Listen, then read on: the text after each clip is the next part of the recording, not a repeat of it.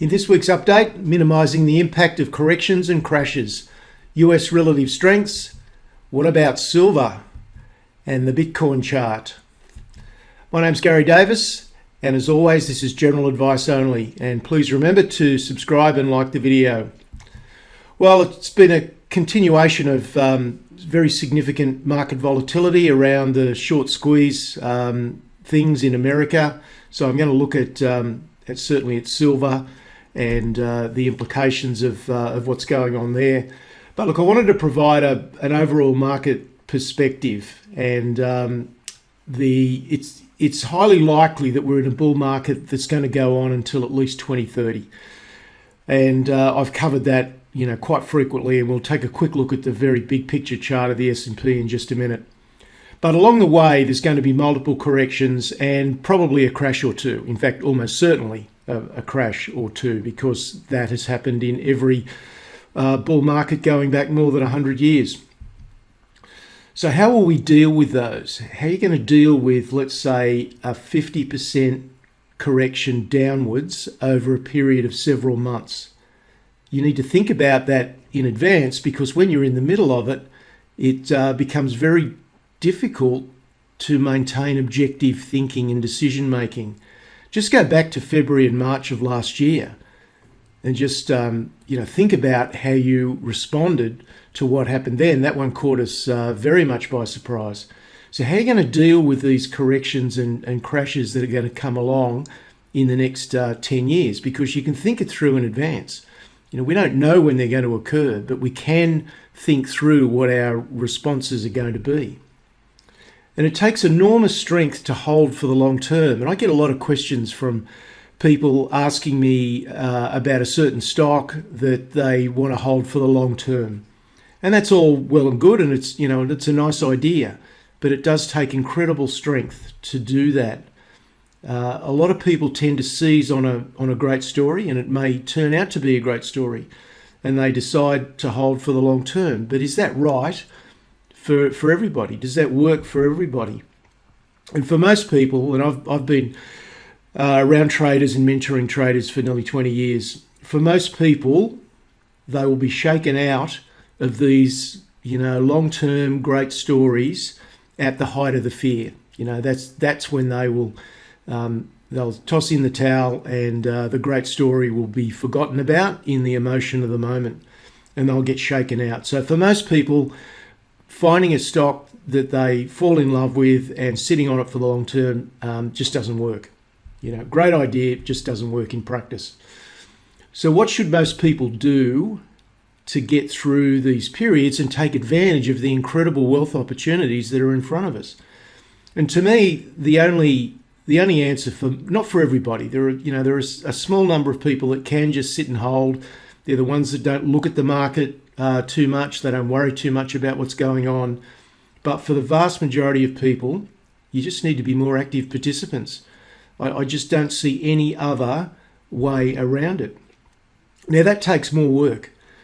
But why should investing success, an incredible investing success, which is ahead of us, why should that be easy? Nothing else in life of real value is easy.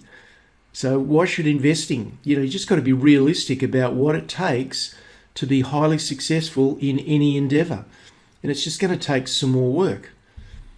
But there are ways that you can structure it so that it doesn't intrude too much on other things that you do, like work and family life. There are simple, repeatable techniques that make results far more predictable. So you've just got to find those, develop those, build confidence in your technique is an incredible bonus. That is the ultimate goal, is to not only develop the game plan, but then develop sufficient confidence in your game plan that you can execute it well. But the good news is the opportunity set for the next decade is just incredible. You think about the opportunities that are going to be arising in 5G, telecommunications, in artificial intelligence, in precision medicine, in electric vehicles. How many hundreds of 10-bagger, 20-bagger, 30-bagger stocks are going to be there? You've just got to get organised and go and cash in on it. It's not a complex process. It just takes a lot of work. It's not simple, but it's not easy, I should say, but it is relatively straightforward. You just got to get organised. Now, there is a bull market in silver coming based on the fundamentals. So let me put that qualifier in there. Based on fundamentals, there is a bull market coming. We've got booming industrial demand, particularly in the solar area. We've got medical uses. We've got many industrial uses for silver that are all increasing, unlike in gold. Gold doesn't have that. It's really just a store of value, whereas silver is both. So silver actually has some significant advantages over gold, and those fundamental areas are all growing. And on top of that, the silver market is a much smaller market than the gold market, and so that tends to amplify the money flows. Silver is far more volatile than gold. So if you learn to play silver well, then you can do well. But look, no one knows where the prices of precious metals are going, because to a degree, they are manipulated markets. So from my perspective, you need to look for stocks that are terrific stories, even if the silver price doesn't rise or the gold price doesn't rise. Look for a really promising early producer or a developer that's got sufficient substance, and just go with that. That's where the opportunities are. All right, before we get into American stocks, I forgot to look at Bitcoin last week. I apologise for that. I just missed doing it at the end, so I'm going to do it up front. It's not because I'm prioritising Bitcoin. Far from it. It's just not an area that I have expertise in. But I've been asked by multiple people if I would look at the Bitcoin chart on a regular basis. I won't necessarily do it every week. But let's get it up front. So this is the chart of Bitcoin on a daily basis. We closed on Friday at 38,310. But I just want to make a couple of points. In the market, in anything, whether it's Bitcoin or stocks, there are never any absolutes. We can't be sure that Bitcoin is going to go up or down in the short, medium, or long term. And if you think you do know, then you're just kidding yourself. All we have in the market are probabilities. The probability that something is more likely to happen than not. And we can use the information that's contained in charts in conjunction with a really good game plan that you've sorted out to stack the deck in our favour. That's all we're doing. We're stacking the deck. And the more odds we can get in our favour, the better off we are. So when I look at this chart of Bitcoin, we've seen that we had a consolidation period here from the latter part of November through to about the middle of December, around about the 18 to 19,000 mark.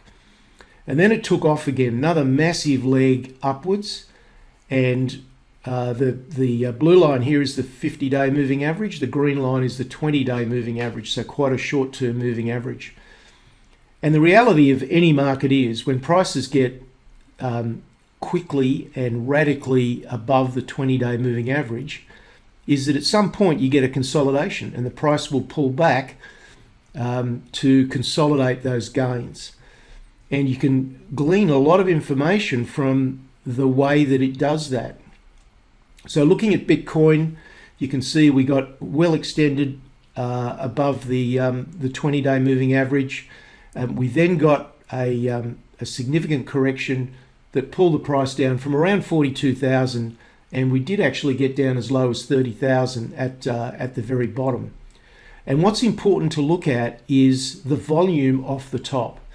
Now, in this case, the volume off the top, as you can see down here, was very elevated. So that's telling you that there is a great deal of selling.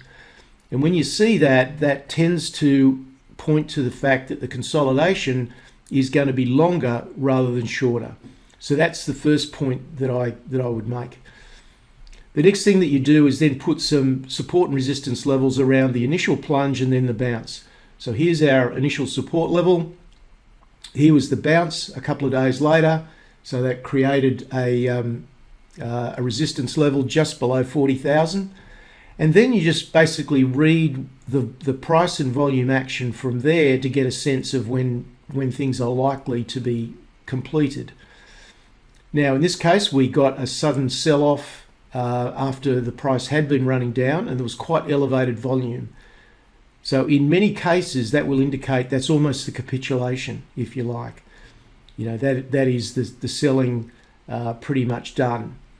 And then we want to see a period of quieter action that indicates that the market has reached more of a balance and the majority of the sellers are out of the way. And we haven't seen that yet. This is the price fluctuations and the volumes are still too large. So my view of Bitcoin at the moment is that we are still in a period of consolidation and we could come down, and most likely, looking at all things considered, I think we'll probably get a higher low. So looking at the way that this pattern is unfolding, I think I would expect another low to form, and this could go on for several months before this is complete. So, you know, that's how I see Bitcoin at the moment. Right, let's go back now, turn to American stocks. The S&P rose 4.7% across the week, so it was a very strong week. Earnings are coming through really nicely. They continue to be solid. It's a very strong earnings season. And the unemployment data is still improving. You know, we've come down from around 13 or 14% when COVID first struck last year. We're now down around the 6% area. So unemployment is improving. We've got incredible stimulus. We've got solid earnings. So it's no wonder the stock market is going up. There's every reason to be. More people are employed, more people have got more money in their pockets, and they're spending it. And we'll look at some of the relative sector strengths in America to see how that is playing out. The US dollar rose to 91. It's a bit of a bounce, but look, it's a bit of a limp bounce at the moment. So I'm pretty neutral on where currencies go in the short term. The 10-year yield, though, did move up sharply higher. We were down around 1.05. We came up to 1.17. And, rising interest rates are not a problem for a period of time until they start to threaten the relativity versus bonds, the bond yields. And bond yields are obviously, are fairly low at the moment as well, very low. So that 10-year yield is probably going to continue to rise over time. But until it threatens the yield offered by stocks, then stocks should still be okay.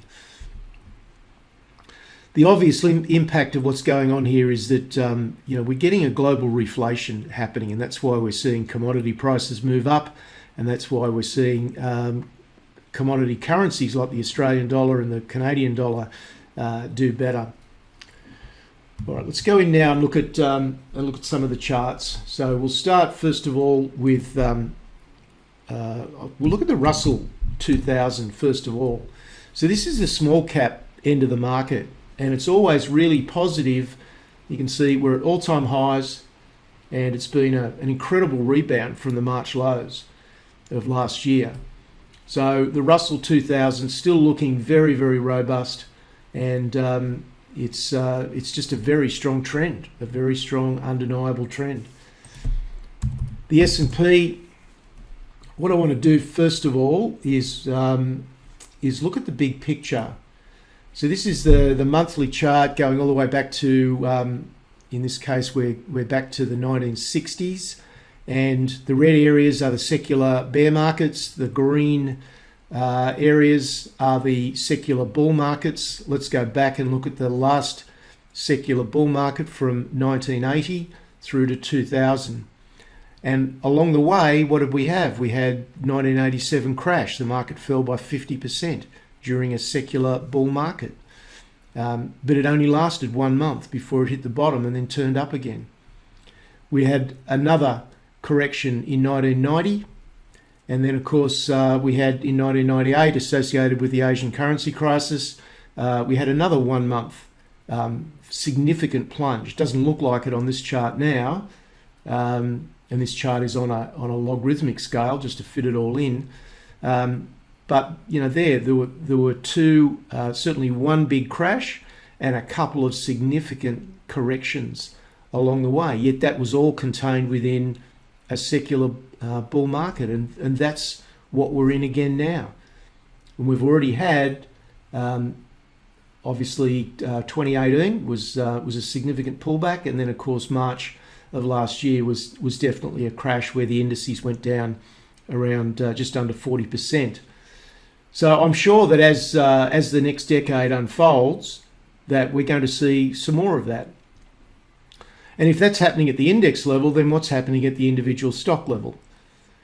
But it just points to the fact that there is tremendous opportunity in front of us. We just need to learn how to manage it to do extremely well.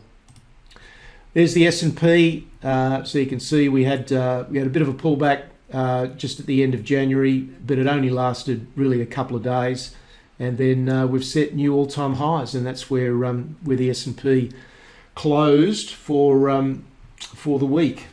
So great strength in all of those markets.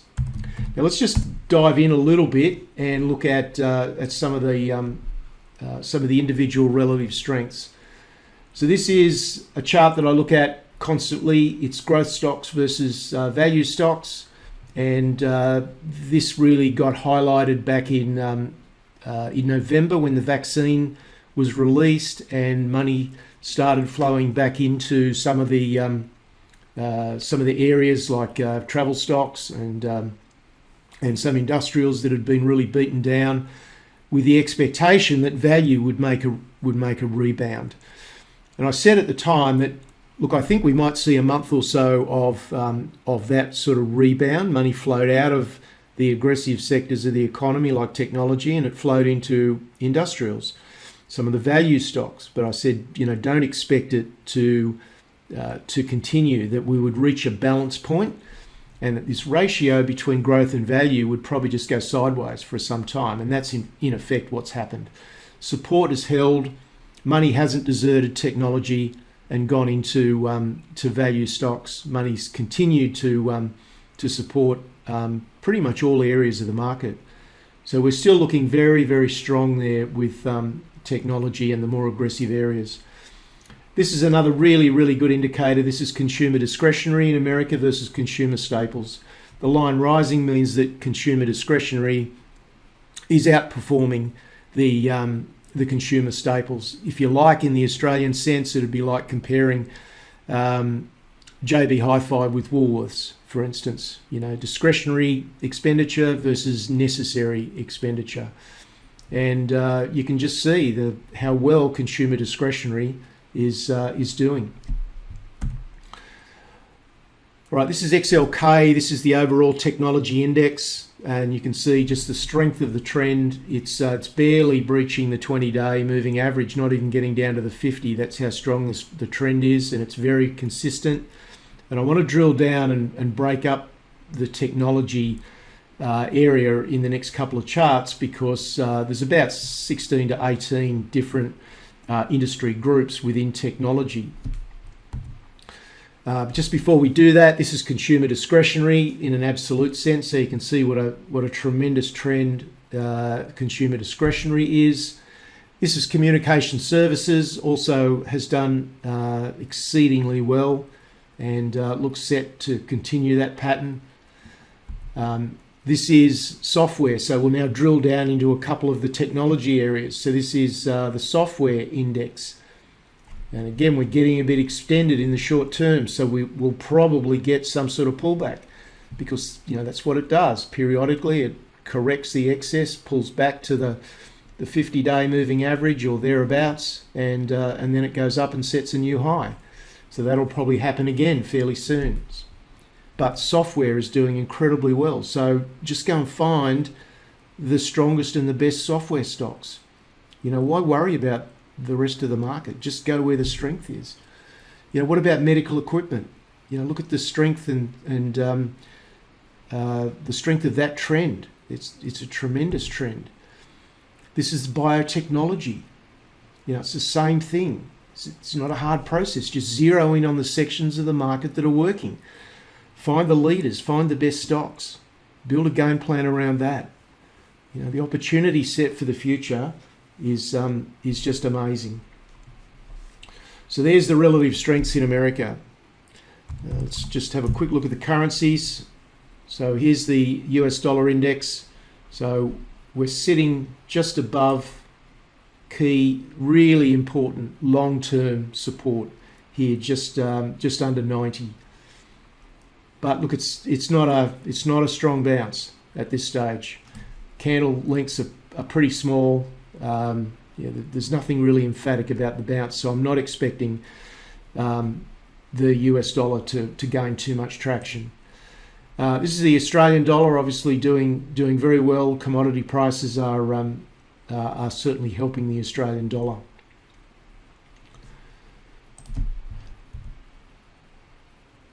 Okay, so let's look at Aussie stocks. The Aussie dollar, 76.4 is where we finished. Exchange rates have become very tricky, and I don't profess to, have any insight into currencies at all. There's too many drivers of currency that I don't understand.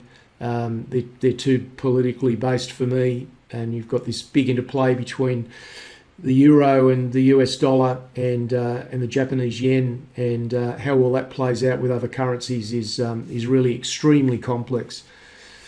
So I'll just stay out of any sort of thoughts about where exchange rates might be going. Now the ASX 200, the index was higher by 3.5%, and I guess everybody that watches this video regularly knows my thoughts, and it's been that way for a number of years. There's not very much that I do within the Australian top 100. Most of my activities is further down the line in the small to mid caps, where there's much better opportunities, much better reward for risk.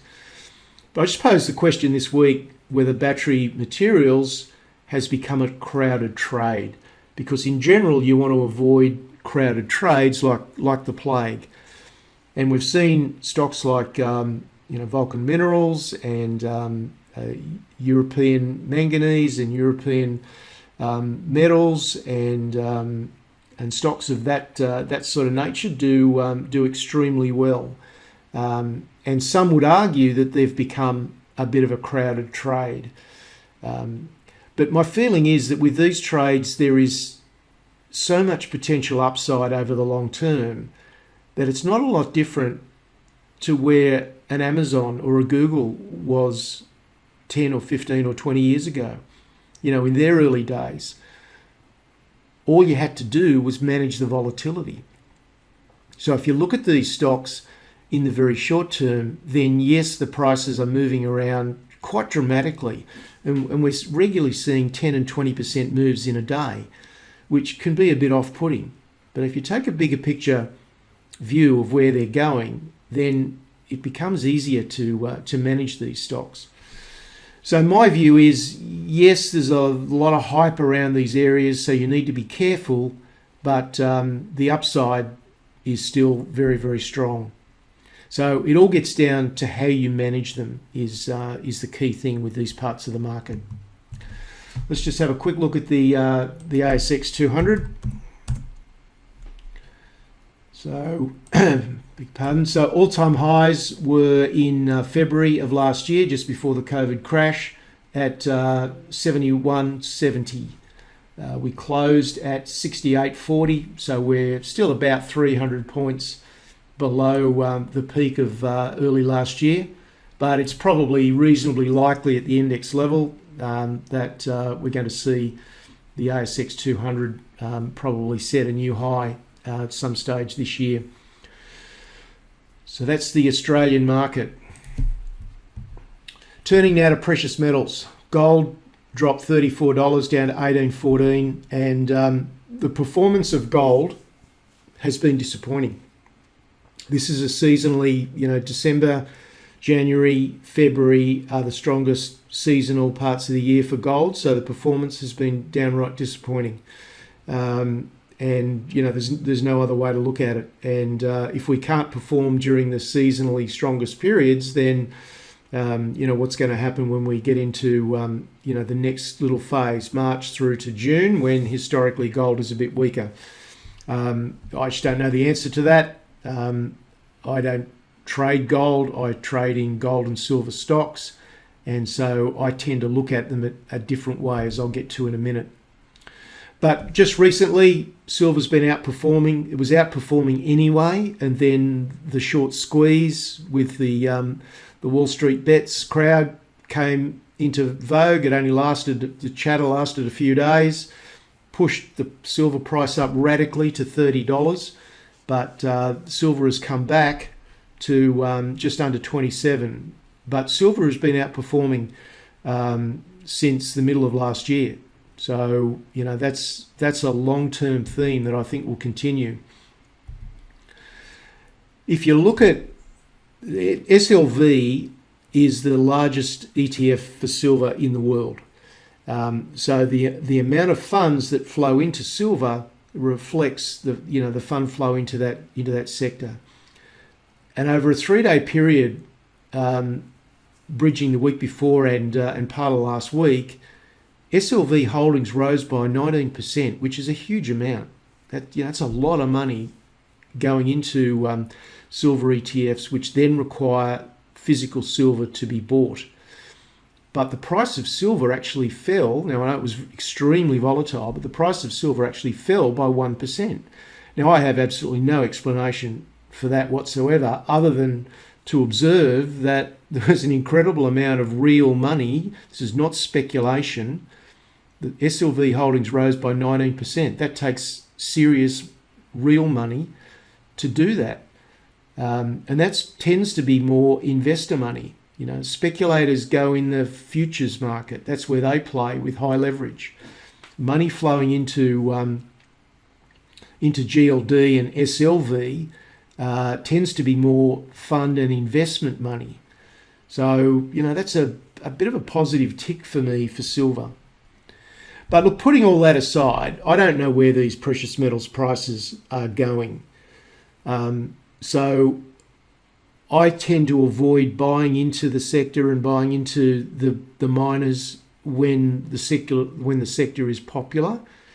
You definitely don't want to be getting into precious metals when it's a very popular trade, because it's probably about to pull back. But just focus on the stocks that are going to stand up in their own right. I think that's the approach. Look for a stock that can go up when without prices needing to. So let's look first of all at silver.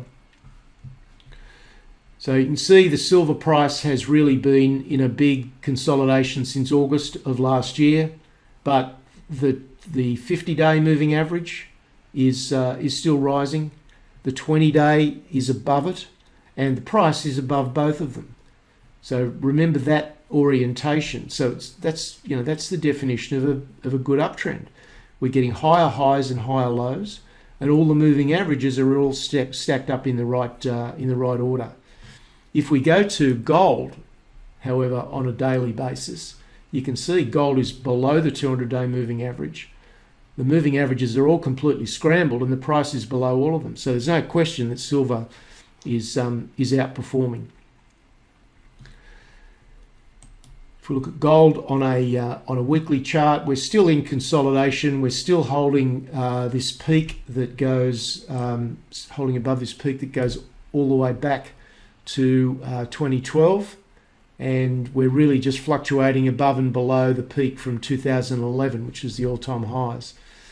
So gold is still just in a period of indecision, and now whether money flowing into cryptocurrencies is robbing the gold sector of some of this, I'm a bit doubtful about that, frankly, looking at the relative sizes of the two markets. I just can't see that cryptocurrencies can steal that much money from the gold sector to make a significant impact on price. But look, I might be wrong in that respect, but I think any impact from cryptos is probably minimal on the gold price. If we turn to GDX, So the gold stock indexes, or the gold miners indexes, are also pretty disappointing, below the 200-day moving averages, and the 50-day has now dropped. So at the large cap area of this market, things not looking all that rosy. But there are some good smaller opportunities out there. You just need to know where to look.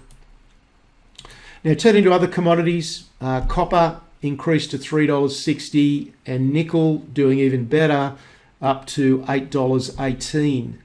Now, with respect to nickel, we've got a number of circumstances that are very positive around nickel.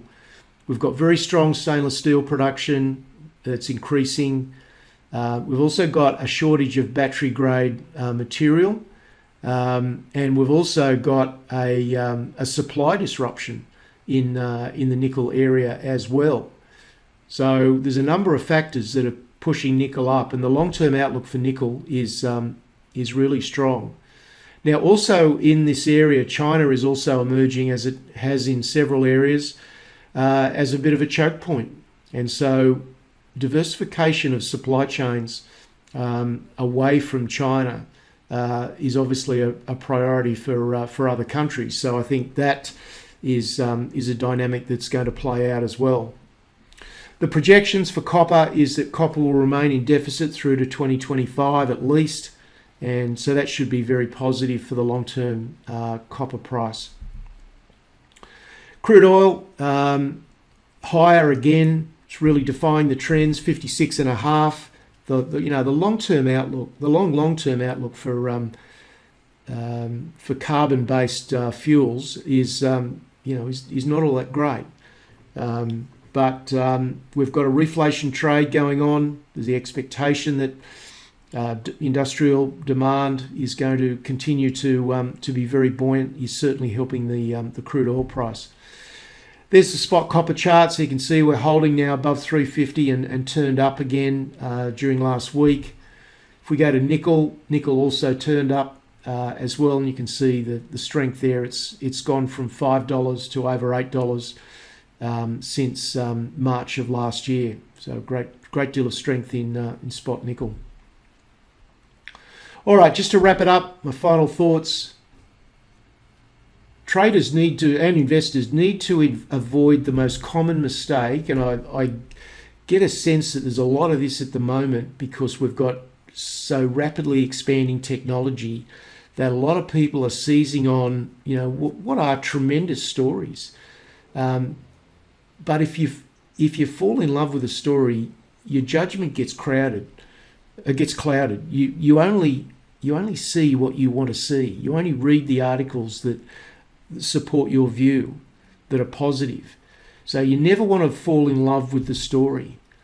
Any stock, this is my personal view, any stock is just a vehicle to make money.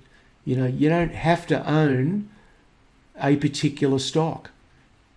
You just need to own a stock that's going to make you money. It's just a process of cycling through the opportunities, and the opportunity set is enormous in all the mega trend areas. We're not short of opportunity. Technology is expanding in so many areas at an ever increasing rate that we're not short of opportunities. You've just got to cycle through the opportunities and be more active, as I said at the start. But the outlook for the next decade is just so exciting. Portfolio analysts, last week we looked at a game plan that you could start to build, a skeleton you could build for the super high volatility stocks. How do you live with these stocks that can go up tenfold in a matter of months or a year or two? How do you live with those to leave the upside open? And of course, we reviewed all the portfolios, the 10-bagger portfolios, the enduring growth portfolios. So there was a lot of material in Portfolio Analyst last week, particularly from an educational point of view. So if you haven't taken that trial, then there's a 2-week trial available for $1. That's it for this week. For anyone that would like more information about what we do, there's the website address and my email address as well. That's it for this week. Cheers.